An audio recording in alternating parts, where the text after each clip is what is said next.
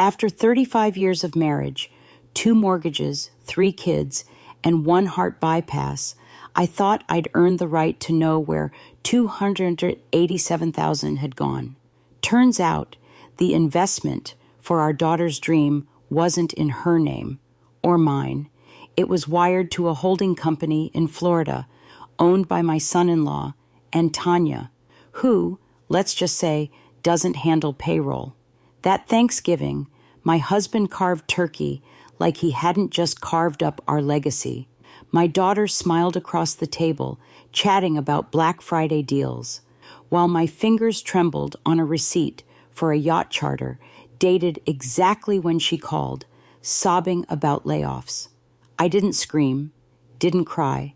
I just served dessert and taped the receipt to the bottom of his plate, because family teaches you how to love. But betrayal, that's how you learn where to aim the knife you never planned to use. I wasn't always the woman who tapes receipts to dinner plates. Before the money vanished, before the locked drawer and the lies, I was just Donna, Midwestern-born, church choir on Sundays, married at 21 to the boy who once skipped his senior prom just to fix my dad's truck. We were steady, predictable, the kind of couple people trusted with their spare house key. Not flashy, not dramatic, but solid. We had 2 girls, 1 old retriever, and a garage full of Christmas decorations I refused to throw out. Life was noisy, familiar, and mostly kind, until our youngest, Emily, came home with a PowerPoint and a dream, a sustainable wellness brand for women by women. She called it Loom, said it could change the world, just needed a runway. So we gave it to her. We cashed the last of our CDs, took out a second mortgage, signed every form they slid across the table, because that's what love looks like after 35 years. You don't ask for spreadsheets. You show up with a pen, and for a while it felt right. She lit up again. My husband had purpose. The family dinners turned into business strategy nights. But then he changed the bank password, and when I laughed it off and said, "Better not be hiding lottery winnings," Emily went quiet. Her eyes dropped to the floor. A week later, I found the drawer in his office locked, the same drawer that once held birthday cards, tax returns, and the receipt from our honeymoon cabin in Asheville. I told myself it was nothing, because when you love someone that long, you learn to explain away shadows, but shadows grow teeth, and I was about to get bit. Before it all soured, it felt like we were building something beautiful. Loom wasn't just Emily's dream, it became the family's heartbeat. She set up shop in our sunroom, scribbling ideas on sticky notes, packaging samples at midnight with her sleeves rolled up. I made coffee. My husband picked up her lunch orders. It gave us all a reason to stay connected. And for the first time since the girls moved out, our house felt full again. Emily talked about empowering women, creating clean products, giving back. My husband beamed every time she spoke. He said she had my grit, that we were lucky to be part of something bigger than ourselves. Then one night, he added something else. "She's you, Donna, only brighter, braver, a version of you that didn't have to give everything up." I laughed at the time, but that sentence stayed with me. We turned the guest room into an inventory closet. My sewing machine made way for branded tote bags. Even Sunday dinners started with sales updates. He was so proud. He'd show the logo to anyone who asked. "I'm just the money guy," he'd joke. But I saw the way he looked at her presentations, like she was magic, like he was still part of something new. And somewhere in all of it, I started to disappear, not loudly, not all at once, but in the quiet ways women vanish. Less room in the house, less say in the meetings, less laughter that wasn't about marketing plans.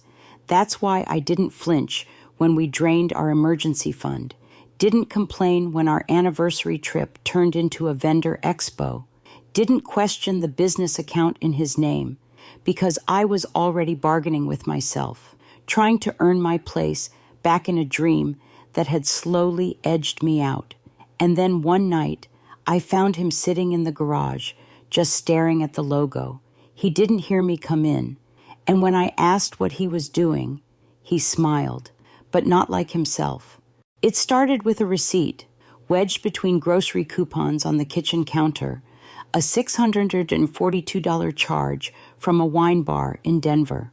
We don't drink, and we certainly don't live in Denver.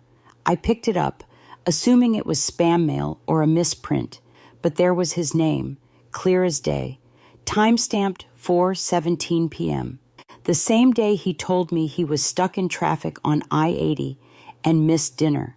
I didn't ask him that night, didn't wave the paper in his face. Instead, I slid it into a drawer, because some part of me didn't want the answer.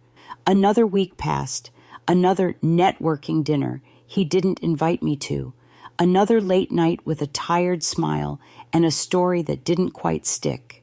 Then came the PayPal notifications.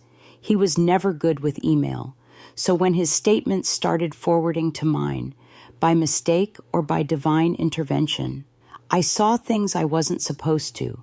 Not huge amounts, but strange descriptions. Wellness, shoot deposit, Emily, vendor dinner, personal gift, loom bonus transfer, override by owner, override, owner. I started highlighting them, one by one. That's when the shape of the lie started forming. A business account I wasn't on, a credit card I didn't know existed, and a slow siphoning of everything we'd built, slipping through back doors I didn't even know we had. But here's the part that broke me.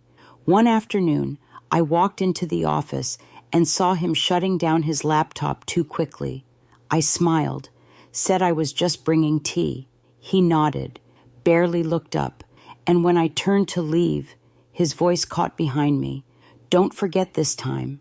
I paused, turned back. He blinked, realized he'd said it to the wrong woman, because sometimes you don't find betrayal written in all caps.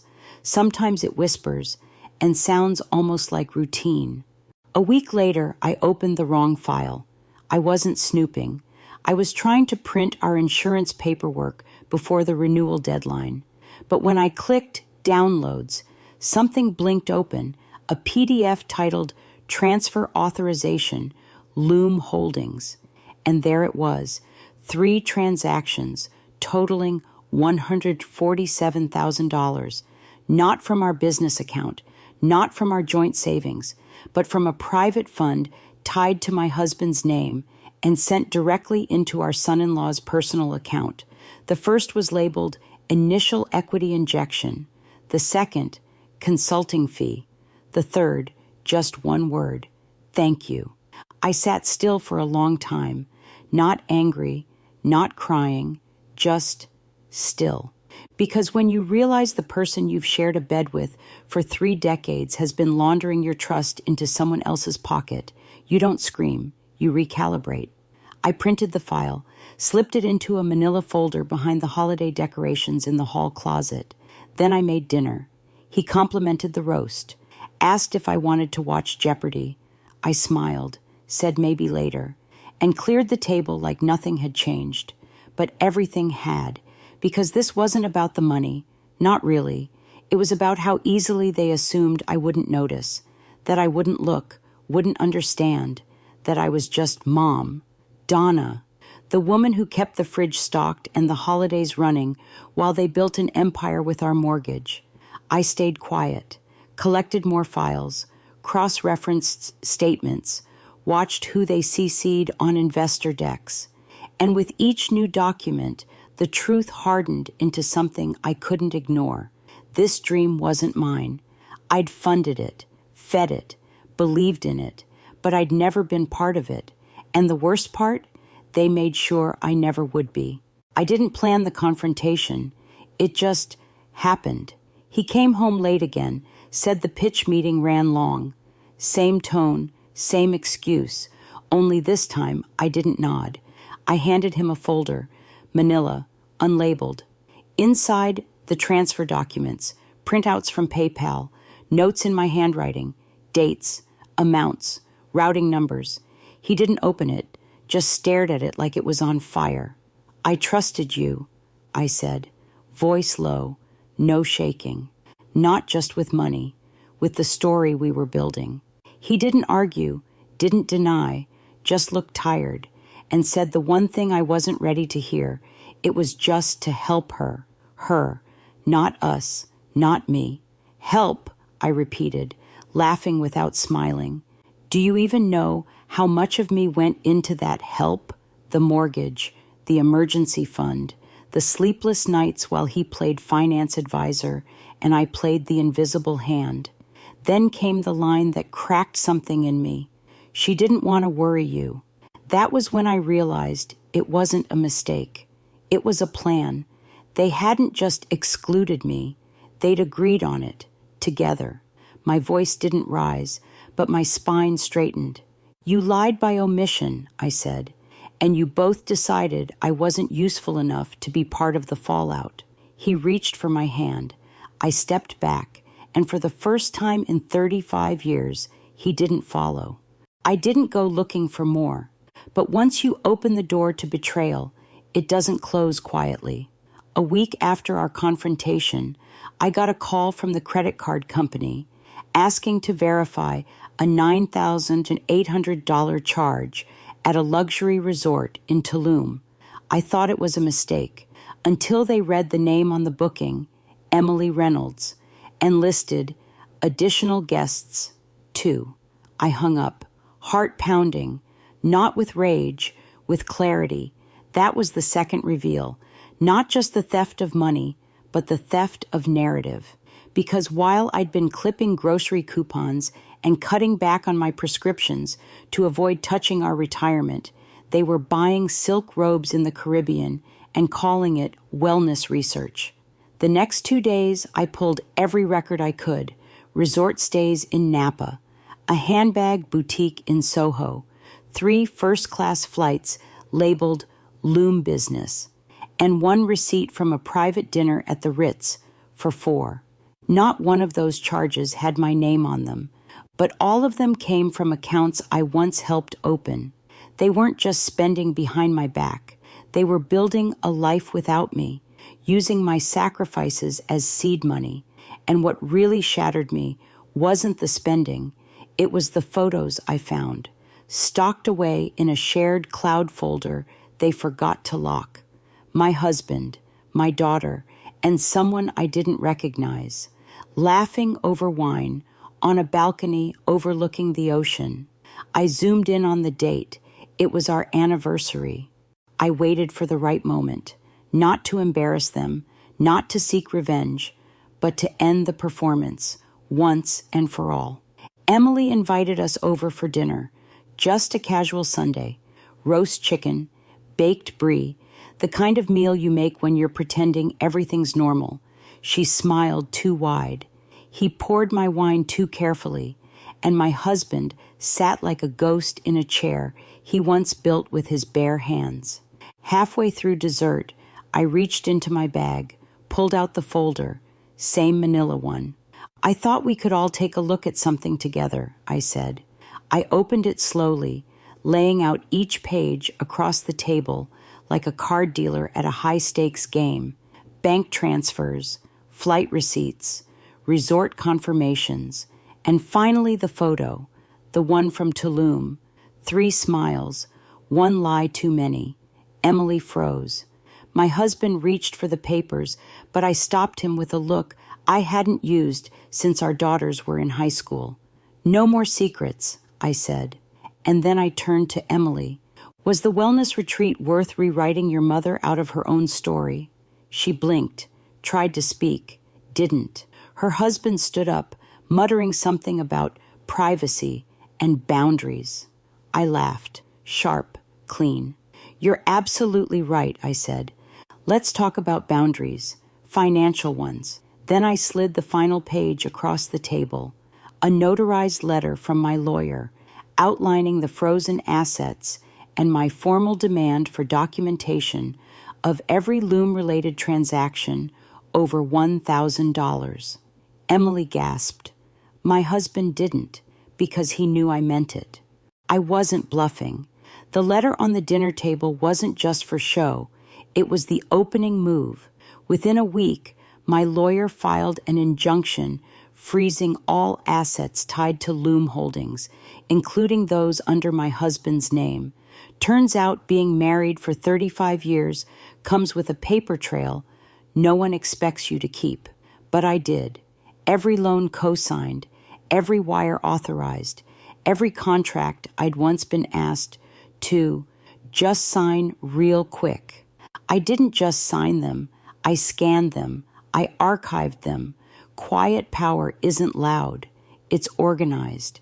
The judge reviewed the documentation and granted me immediate discovery rights, which meant they had to hand over every transaction, every shareholder update, every internal email with my husband CC'd.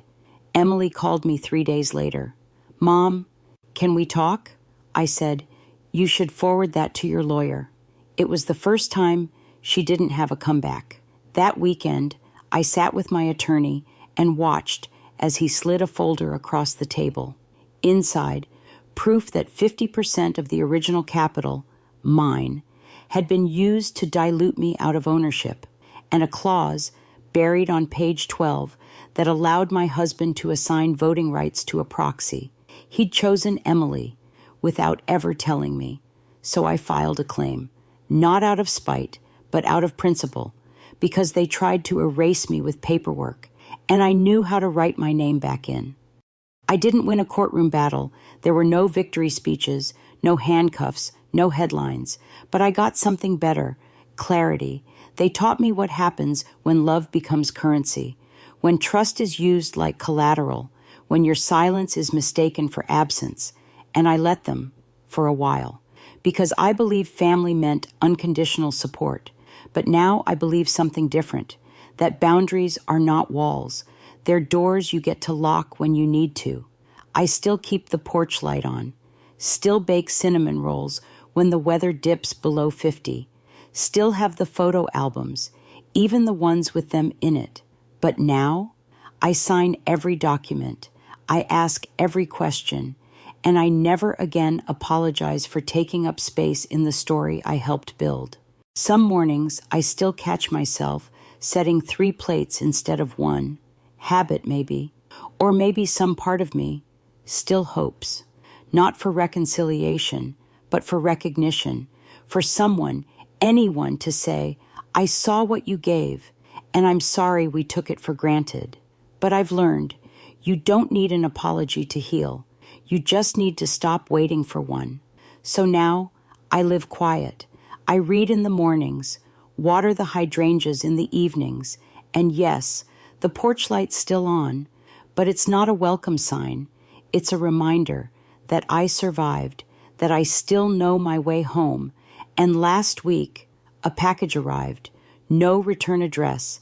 Inside, a photograph, the 3 of us on the cabin porch, 1994.